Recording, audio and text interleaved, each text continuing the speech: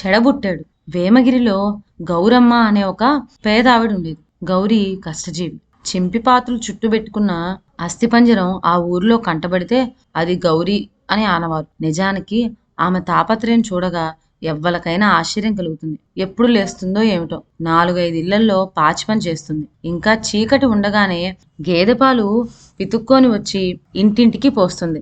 పెద్దవాళ్ళ ఇళ్లల్లో వంట చేసి పెడుతుంది. అక్కడ దాని తిండికి పోను పైన ఏదో పైసా వరకు ఇస్తారు. కొట్లలోకి పోయి నూక గింజలు అవి నోళ్ళకు తెచ్చుకుంటూ ఉంటుంది. పొద్దుండగా ఊరి పొలిమేరకు పోయి చెట్ల కింద చితుకులు ఏరుకు వస్తుంది. ఎక్కడ కనపడే పేడకడులు పోగేసుకు వచ్చి పిడకలు చేస్తుంది. ఈ విధంగా గౌరీ క్షణమైనా తీరిక లేకుండా ఇంతగా శ్రమపడటం దేనికి? పిడకలు అమ్మి పుల్లలమ్మి బానిస కంటే హీనంగా కాయ కష్టపడి సంపాదిస్తున్న ఈ సొమ్మంతా ఎందుకోసం అని అడుగుతూ ఉంటారు చాలా మంది. ఆమెకు వరహాలన్నీ ఒక్కగానొక్క నలుసున్నాడు. వాడిని పెంచడానికి గౌరీ పడే ఈ తాపత్రయం అంతా. వరాలు ప్రయోజకుడు కావాలని, కుటుంబం పేరు నిలబెట్టాలని గౌరీకి పట్టుకున్న కాంక్ష. ఇందుకోసమే ఆమె కడుపు కట్టుకొని చింపి పాతలతో కాలక్షేపం చేస్తూ అహర్నిశలు శ్రమ పడుతూ ఉంది. ఇటువంటి కాంక్షతో గౌరీ అష్టకష్టాలు పడి కొడుకును పెంచుకుంటూ వస్తున్నది. అయితే తల్లి మక్కువ చూపిన కొద్దీ వరాలు దుబారాగా ఖర్చు చేయడం ఆరంభించాడు. తను ఆరగించకపోయినా పిల్లవాడికి మటుకు ఆమె దివ్యమైన భోజనం సదుపాయం అమర్చేది. కోరిన దుస్తులు ఇచ్చేది. అయితే నా కోసమే కదా అమ్మెంతగా కష్టపడి సంపాదించి పెడుతున్నది కనుక జాగ్రత్తగా పొదుపుగా కాలక్షేపం చేసి ఆమెకు శ్రమ తప్పించుదాం అనే యోచన వరాలకు లేకపోయింది. ఒక్క మాటలో చెప్పాలంటే వాడు ఇష్టరాజ్యంగా తింటూ తిరుగుతూ ఉండేవాడు. కొడుకు దుబారా చేసిన కొద్దీ గౌరీకి సంతోషం ఎక్కువయ్యేది కానీ ఆమె ఎన్నడూ పల్లెత్తి మాట కూడా అనేది కాదు. వాడే పోయిరి పెద్దదిగితే అదే బుద్ధి కుదురుతుంది అని ఓర్మితో సరిపెట్టుకునేది.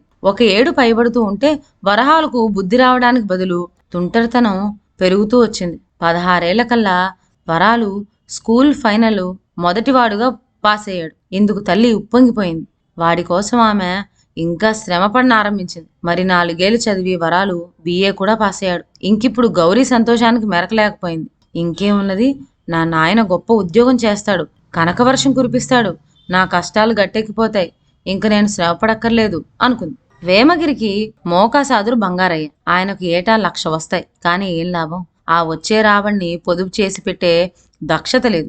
అందుకని తన వ్యవహారాలు చక్కబెట్టగల ఒక నమ్మకస్తుని చూచిపెట్టమని స్నేహితులతో చెబుతూ ఉండేవాడు. బంగారయ్యకు ప్రాణ స్నేహితుడైన రాఘవులు ఎందరినో తీసుకొచ్చి చూపాడు. ఒక్కళ్ళు బంగారయ్యకు నచ్చలేదు. అప్పుడే BA పాస్ అయిన వరహాలను కూడా చూపించాడు. వరహాలు చూడ చక్కనివాడు, చురుకైనవాడు, విద్యావంతుడు, వేషభాషల వల్ల ఆకర్షించగలవాడు. ఇటువంటి వరహాలను చూడటంతోనే బంగారయ్య ముచ్చటపడ్డాడు. ఈనాటికి తగినవాడు దొరికినట్లు తలచి ఆయన సంతోషించాడు. అయితే పెద్ద మోకాస ఒకనికి అప్పగించడం అంటే తేలిక కాదు కదా. అందుకని కుర్రవాని స్థితిగతులు తెలుసుకుందామనే ఉద్దేశంతో స్వయంగా వాళ్ళింటికి బయలుదేరాడు బంగారయ్య. దిక్కులేని పక్షి గౌరమ్మ గుమ్మంలో పిడకలు చెరుస్తూ ఉంది. వచ్చిన మనిషిని చూడగానే బాబు వరాలు అని కేకవేసింది. వరహాలు టకటకలాడుతూ యువతలకు వచ్చి బంగారయ్యను గదిలోకి తీసుకెళ్లాడు. ఆ గదిలో ఏర్పాట్లన్నీ దొరల బంగ్లాలో మోస్తరుగా ఉన్నాయి. కుర్రవాని తెలివితేటలకు బంగారయ్య ఆశ్చర్యపోయాడు. మా మొకాసాకు నిన్ను మేనేజర్గా వేసుకుంటున్నాము, 200 జీతం, రేపు వచ్చి నన్ను కలుసుకోవాల్సింది అని ఆయన వరహాలతో చెప్పాడు. కుర్రవాడు సంతోషించాడు. గదిలో నుంచి తిరిగి వస్తున్న బంగారయ్యను సాగనంపటానికని వరహాలు వెనకనే వస్తున్నాడు. అస్థిపంజరంలా ఉండిన కాయ కష్టపడుతూ ఉన్న గౌరీకేసి వేలెట్టి చూపుతూ ఈమెవరు పాపం అని అడిగాడు బంగారయ్య. ఆ స్థితిలో ఉన్న ఆమె తన తల్లి అని అనటానికి నోరు రాలేదు వరహాలకు. అప్రయత్నంగా తడుముకోకుండా మా పని మనిషిలేండి అన్నాడు. అవుననుకున్నాడు బంగారయ్య. మర్నాడు మళ్ళీ బంగారయ్య వద్దకు రాఘవులు వచ్చాడు. బంగారయ్య తను చేసిన పని చెప్పేసరికి రాఘవులు ఎంతో మెచ్చుకున్నాడు. చేయవలసిన పని చేశారు. మన మోకాసు చూడటానికి వరహాలే తగిన మనిషి. పాపం వాడి తల్లి గౌరీ కష్టాలు ఈనాటికి గట్టెక్కినాయి కదా అని నాకు సంతోషంగా కూడా ఉన్నది అన్నాడు. ఏదో జ్ఞాపకం వచ్చినట్లు గభీమని లేచాడు బంగారయ్య. ఎవరు? అతని తల్లి గౌరీయా? ఆమె ఎక్కడున్నది? ఒకసారి వెళ్ళి చూసి వస్తే బాగుండునే అని ఆత్రంతో అడిగాడు. ఎవరేమిటి, అస్తమానం పిడకలు చేర్చుకుంటూ గుమ్మంలోనే ఉంటుంది, ఆ అస్థిపంజరం కనపడలేదా అని ఎదురు ప్రశ్న వేశాడు రాఘవులు. ఆమె వాని తల్లేనా అని విస్తుపోతూ బంగారయ్య కుర్చీలో కూలబడ్డాడు. కొంచెం స్థిమితపడిన మీదట రాఘవులు జరిగిన సంగతి అంతా తెలుసుకున్నాడు. బంగారయ్య చెప్పిన వేళకు సరిగ్గా వరహాలు చక్కా ముస్తాబు చేసుకొచ్చి కాపలావాన్ని పరంగా విజిటింగ్ కార్డు పంపించాడు. పిలుపు వస్తుందనుకొని ఎదురు చూస్తూ ఉన్న వరహాల చేతికి మరుక్షణంలో మళ్ళీ తన కార్డు తనకు తిరిగి వచ్చింది.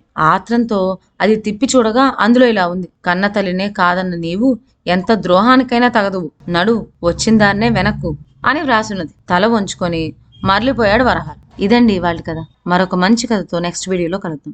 అంతవరకు సెలవు. నా ఛానల్లోని కథలు మీకు నచ్చినట్లయితే నా ఛానల్ను లైక్ చేసి సబ్స్క్రైబ్ చేయండి. షేర్ చేయడం మర్చిపోవద్దు.